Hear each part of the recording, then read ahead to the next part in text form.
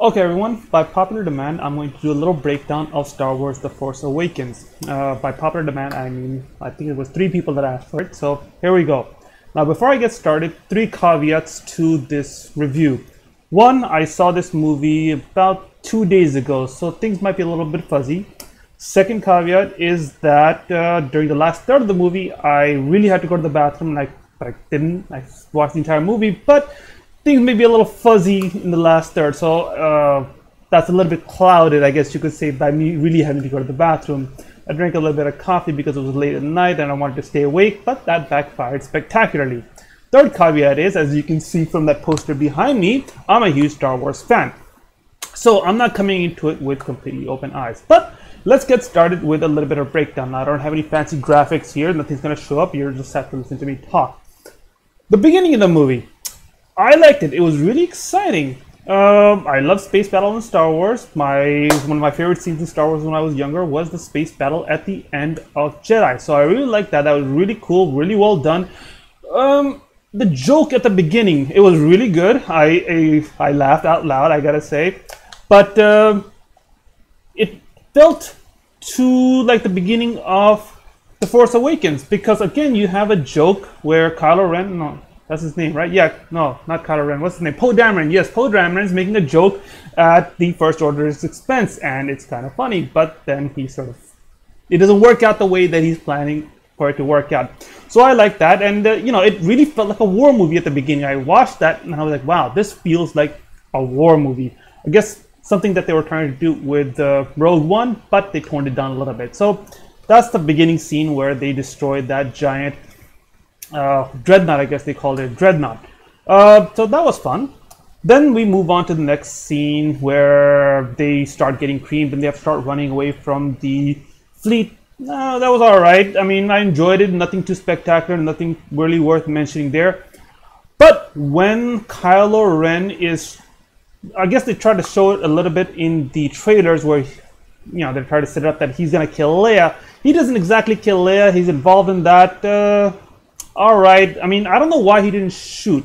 He's already killed his dad. Why not here as well?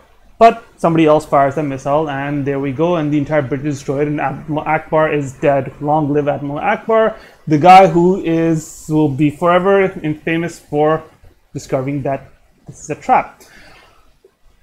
The Leia rescue scene, where she suddenly appears to use the Force and guide herself back. Initially, when I was watching it, when I first saw it, I'm like, oh wow, they're just going to kill off Leia like this. Maybe they decided, hey, this is how we're going to do it. But then when she's going back and using this Force thing and going back to the bridge, I'm thinking, well, I have mixed feelings about that. On one hand, Yoda was very clear in the end of Empire that Luke is not their only hope. There's Leia, so obviously Leia has to be a strong Jedi character, but it felt too much like a Deus Ex Machina, that suddenly Leia, who had never really shown in Jedi or in The Force Awakens any sort of Force cognition or anything to do with the Force, suddenly she's saving herself from the cold reaches of space and coming back onto the ship.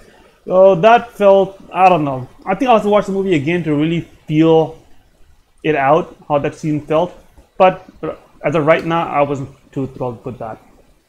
Okay, so what happened after that? Again, memory's a little bit fuzzy. So they decide, oh yes, so the next big scene that almost felt contrived, but I think it was alright. It felt natural enough, was when, what's his name, Finn is looking for an escape pod. I thought that was a nice little homage to A New Hope, where they're being pursued by a Star Destroyer and they need a little escape pod to get away and find something useful. That was good.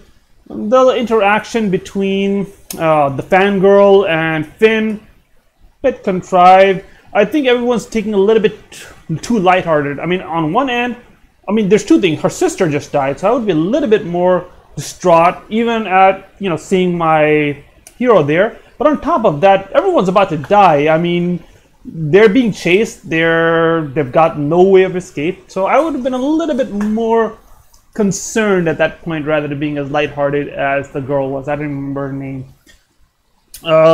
Okay, so the part after that where Finn Poe decides to help Finn. I thought that was very well done. That seems like the sort of person that Poe is, that he would go and, you know, stick it to authority and decide, hey, I want to help my friends, and we're going to do something really weird and dangerous and, you know, out there for a long shot success. So that was good. Then, again, a little bit fuzzy here, but the next major scene that I remember is the scene on the casino planet. That felt way too long. Two scenes in there that felt really long. One was when they're in the casino and they're trying to look for that person. I think they did it for a lot of weird cameos and maybe Easter eggs and fan service in terms of, hey, look, you know, all these things here, so nerds and, you know, super fans can examine it by frame, decide, hey, who was there? Was this an homage or something? I don't know. But that was too long. That went on for too long. And then later on, when they're on those animals and running through the city, that felt too much as well. It almost reminded me a little bit of the pod race scene in Phantom Menace. Too long, too much. I'm sorry, I'm not that interested in it. The ending of that was predictable, meaning who else would you expect them to be rescued by except the person that said, hey, I'm the prison, I can help you, and he doesn't help them. Oh, also the fact that BB-8 really just owned everybody in that prison, that was pretty awesome. But it makes me think, if droids really are that good in the Star Wars universe, and they've never been really clear about that in the Star Wars universe, why aren't they like frontline troops? I don't know. Why don't they use droids more often? Apparently you can get blown up and have all sorts of things happen to you, but you can be passed right up and be at it, whereas Finn, he had to be in this little suit thingy for a little while to be recuperated. Now that's one thing, another thing I don't understand. What's the time lapse between the last Force Awakens and the last Jedi? It almost feels like it was one right after the other. Now there may have been a little bit of time lapse between the very ending of Force Awakens and, you know, before they see the map and they blow up Starkiller Base. So I don't know. That's something just been coming around my head. Okay, so what were the scenes after that? I can't remember right now. This is not good. I think this is when I really started having to go to the bathroom, and I was like, what? I really need to go to the bathroom. Oh yes. So when Rey's on that planet with Luke, some of the, I mean, they had to have a montage where it's a training montage, you know, a la Karate Kid and all those other training montage movies, and that was all right. I think there should have been a bit more training. It should have been a little bit different, where Luke eventually reluctantly tries to train her, but a few more lessons would have been better. It felt, some parts of it felt too long, some parts of it felt too rushed. I don't know. I don't think the pacing of that when Rey's on that island was the best. But I really like Luke's characters. Now there's apparently a lot of debate and a lot of very strong emotions about Luke's character, whether he's been portrayed right, and apparently Mark Hamill himself said, I don't like the way you've done Luke, but I'm going to do my best to do it. And I read an interview with Mark Hamill a while back and a few other articles, and Mark Hamill is he was a very lively guy. He's a very energetic guy. He's a fun guy. He loves life and he's living it up because he's Luke Skywalker. But that's not who Luke Skywalker is, especially in the after you've seen The Force Awakens, that everything that Luke's tried to accomplish in his life, it's come to naught. Sure, he defeated the Empire and the Emperor and Vader, but now suddenly there's Snoke and there's Kylo Ren, and the First Order is just, you know, marching on there, and it feels like he hasn't done anything. He tried to rebuild the Jedi, and that was a spectacular failure. So across to the old Luke, that works out. Now people are saying, why wasn't Obi-Wan like that? Well, Obi-Wan had a lifetime training as a Jedi, and Obi-Wan was Obi-Wan. Luke is Luke.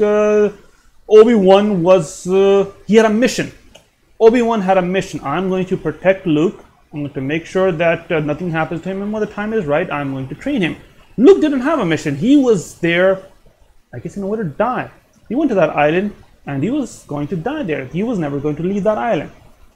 So I can understand him being a crotchety old man who doesn't want his peace disturbed, and he reluctantly agrees to train Rey, and that doesn't work out too well either. I guess that's a good half of the movie right there. I'll do the second half later. I think I'm going to watch it in a day or two and think about it some more, because there's a lot of different scenes and a lot of different parts of the movie, dialogue and the action scenes, that I had a lot of thoughts in when I first watched it. But over the last 2 days, instead of it percolating in my head and coming together in a stronger vision, it sort of escaped it. And I blame that coffee.